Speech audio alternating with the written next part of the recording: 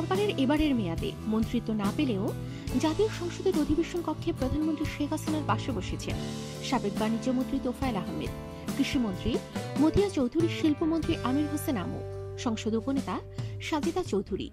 বুধবার বিকেলে বসছে একাদশ জাতীয় সংসদের প্রথম অধিবেশন। গত সংসদের মতোই প্রধানমন্ত্রীর পাশে বসবেন তারা।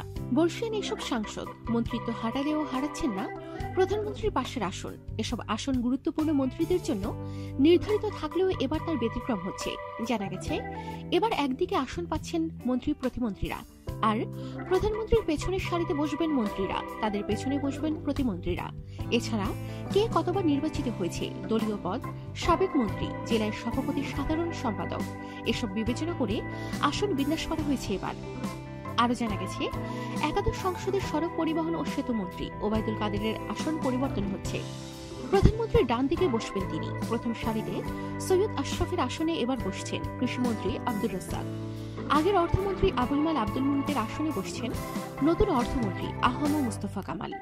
প্রধানমন্ত্রীর ঠিক পেছনের আসনে বসবেন নতুন প্রধান হুইপ, তার পাশে আইনমন্ত্রী, পররাষ্ট্রমন্ত্রী, রেলমন্ত্রী, শিক্ষামন্ত্রী। এ বিষয়ে বুধবার সকালে স্পিকার ডক্টর শিরিন শারমিন চৌধুরী গণমাধ্যমকে বলেন, যারা সিনিয়র নেতা ছিলেন, যারা মন্ত্রী হননি, প্রথম সারিতে তারা থাকবেন, সেখানে পরিবর্তন হচ্ছে না।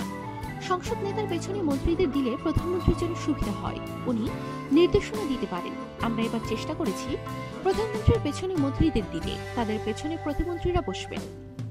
আমাদের সাথেই থাকুন আর অবশ্যই সাবস্ক্রাইব করুন।